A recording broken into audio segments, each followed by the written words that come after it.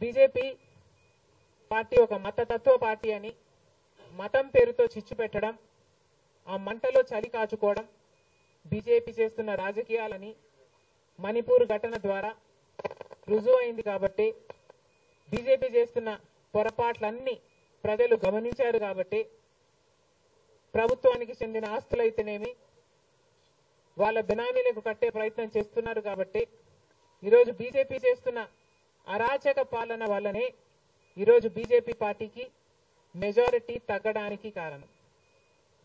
ఇంకొంచెం ఉంటే almost BJP party అసలు ప్రభుత్వమే ఏర్పాటు చేయలేని స్థితికి ఈరోజు బీజేపీ పార్టీ దిగజారిపోయింది.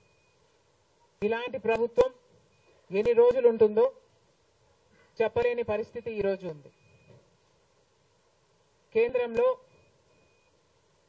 బీజేపీ పార్టీ అధికారంలో ఉంది అన్న మాటే తప్ప పవర్ మాత్రం ఈరోజు బీజేపీ చేతిలో లేకుండా పోయింది. ఎందుకంటే ఈరోజు బీజేపీ పార్టీ వాళ్ళ స్ట్రెంగ్త్ కోసం ఇతరుల మీద డిపెండ్ అయ్యే పరిస్థితి ఈరోజు బీజేపీ పార్టీకి కల్పించడంలో కాంగ్రెస్ పార్టీ, రాహుల్ గాంధీ గారు, ఇండియా బ్లాక్ సక్సెస్ అయ్యారు. దేశవ్యాప్తంగా ఇది పరిస్థితి అయితే ఇక రాష్ట్రంలో చంద్రబాబు గారు కూటమి, పవన్ కళ్యాణ్ గారు బీజేపీతో కలిసి ఇక్కడ ప్రభుత్వం ఫామ్ చేయడం జరిగింది. ఈసారి జరిగిన ఎన్నికలు రాష్ట్రంలో చాలా విచిత్రంగా, అన్ప్రిడిక్టబుల్ గా, అన్ప్రెసిడెంటెడ్ గా ఈ ఎన్నికలు నిలిచాయి. కారణం ఏమిటి అంటే ప్రజలు చాలా డిసిసివ్ గా ఒక నిర్ణయం తీసుకున్నారు. మాకు మార్పు కావాలి అన్న నిర్ణయం ప్రజలు తీసుకున్నారు. కాబట్టే ఈ ఎన్నికలు ఒకే డిసిషన్ మీద ఆధారపడి జరిగిన ఎన్నికలు. For Jagan, against Jagan.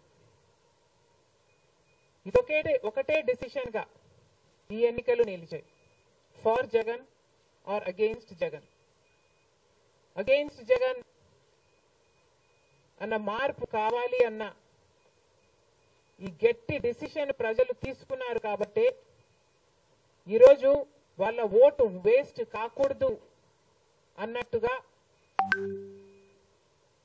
చాలా డిసిసివ్ గా they voted with a vengeance for change. ఇది అవునన్నా కాదన్నా ఇది వాస్తవం.